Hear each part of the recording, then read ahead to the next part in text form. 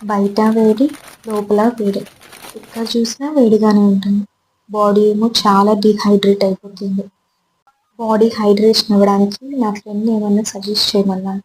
తను నాకు ఒక ప్రొడక్ట్ సజెస్ట్ చేసింది. అదే గోండా కటీరా. ఇది యాక్చువల్‌గా ఆయుర్వేదిక్ అంట. ఇది ఎలా ఉంటదో నాకు తెలీదు. ఇంతవరకు ఎప్పుడు చూడలేదు. చూడటానికేమో క్రిస్టల్ ఫార్మ్‌గా ఉంది. దీనివల్ల చాలా యూజెస్ ఉన్నాయని వెనకాల డిస్క్రిప్షన్‌లో ఇచ్చారు. ఫేస్‌కి బావుంటుంది, హెల్త్‌కి బావుంటుంది. అలానే బాడీ స్ట్రెంథెన్ చేస్తుంది. అలానే గుడ్ డైజెషన్‌గా కూడా ఉంటుంది. సో, ప్రొడక్ట్‌కొస్తే నేను ఓపెన్ చేసిన వెంటనే షాక్ అయ్యాను.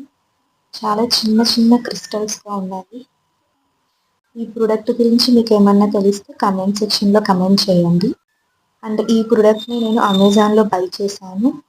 అరౌండ్ 250-290 రూపీస్ పడింది.